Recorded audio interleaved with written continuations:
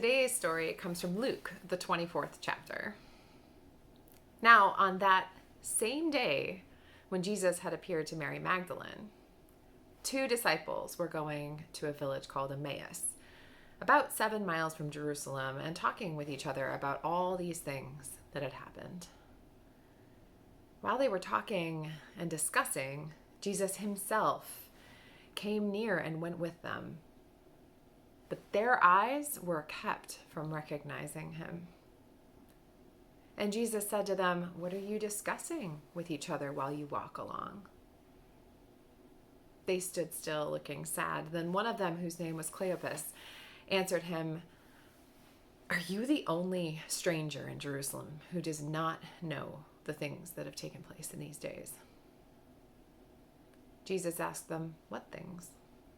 They replied, "The things about Jesus of Nazareth, who was a prophet, mighty in deed and word before God and all the people, and how our chief priests and leaders handed him over to be condemned to death and crucified him. But we had hoped that he was the one to redeem Israel. Yes, and besides all this, it is now the 3rd day since these things took place. Moreover, some women of our group astounded us. They were at the tomb early this morning, and when they did not find his body there, they came back and told us that they had indeed seen a vision of angels who said he was alive. Some of those who were with us went to the tomb and found it just as the women had said, but they did not see him." Then he said to them, "Oh, how foolish you are, and how slow of heart to believe all that the prophets have declared. Was it not necessary that the Messiah should suffer these things and then enter into his glory?" Then beginning with Moses and all the prophets, he interpreted to them the things about himself in all the scriptures. As they came near to the village to which they were going, he walked ahead as if he were going on. But they urged him strongly, saying, "Stay with us, because it is almost evening and the day is now nearly over." So he went in to stay with them. When he was at the table with them, he took bread and blessed it and broke it and gave it to them. Then their eyes were opened and they recognized him. And he vanished from their sight. They said to each other, "Were not our hearts burning within us while he was talking to us on the road, while he was opening the scriptures to us?" That same hour, they got up and returned to Jerusalem. And they found the 11 and their companions gathered together. They were saying, "The Lord has risen indeed, and he has appeared to Simon." Then they told what had happened on the road and how he had been made known to them in the breaking of the bread. My mom remembers where she was when she found out President John F. Kennedy had been assassinated. I distinctly remember finding out in the computer lab at the music school here, just before a 9 a.m. lesson, that a plane had hit one of the Twin Towers in New York. All of us remember the feeling in those days in March 2020 of preparing and hoping that the next 3 weeks of separation would slow the curve enough to avoid an all-out pandemic. Large events like these leave an impact on the whole community, and for at least a while it seems like it's all anyone can talk about, as if anyone who isn't talking about the thing must not have a clue what's going on. And when you walk around and make eye contact with someone, anyone, there's a sense of understanding, like, we all know what's happening right now. We are all sharing this experience together. On a slightly less serious note, it's maybe a little bit like final season or graduation. In these moments, it's important to find someone who can listen, someone who can understand, someone who can just be there with you in that moment and in that feeling.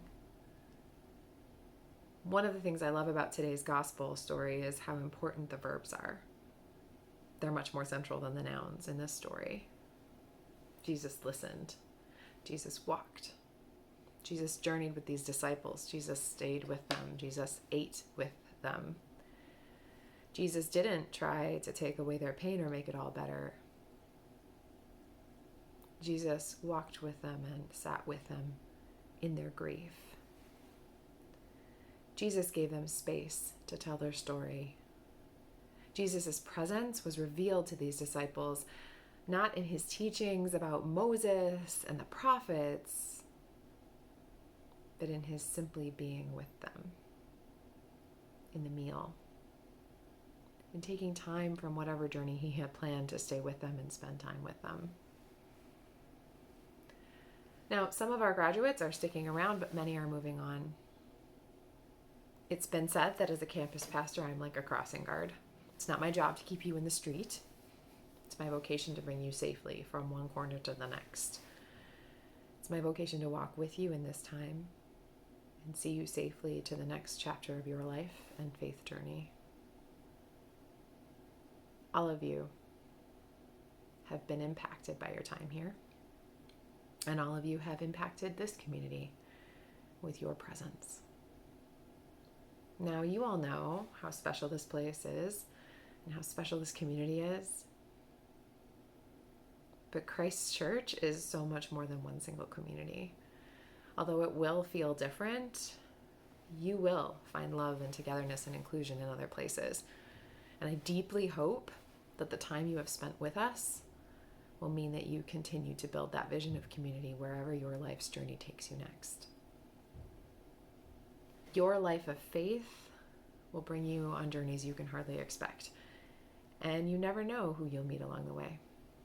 And in the midst of joy and pain, God will put people in your path who will accompany you on your journey, who will walk with you, listen to you, share meals with you, and stay with you. And you will do the same for others. Resurrection seems impossible until you look around and realize it's absolutely everywhere.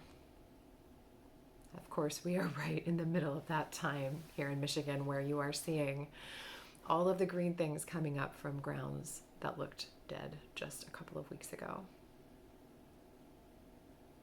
The beauty of the resurrection is that even in the midst of pain and grief and struggle, we see new life in relationships we cultivate, in the shoulders we lean on, and in the communities we build.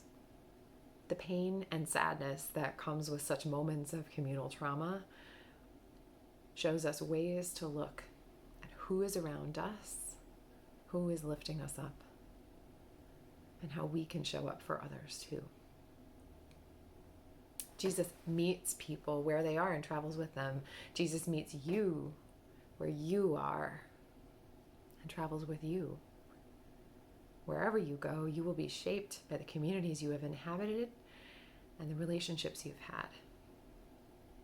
And Jesus will be with you there too. As you go out from here, whether it's to a summer internship, grad school, work, abroad, whatever, look for the ways that Jesus is accompanying you. And it's a little harder, but you might even be able to identify ways in which you are being Jesus for other people. By staying with them when they are lonely or grieving. By listening when they are troubled. By sharing a meal when you are building community. By coming together to worship, serve, and share communion in God's love together. Sometimes it takes a minute to recognize it, but we'll find resurrection is everywhere if we only take the time to look. Amen.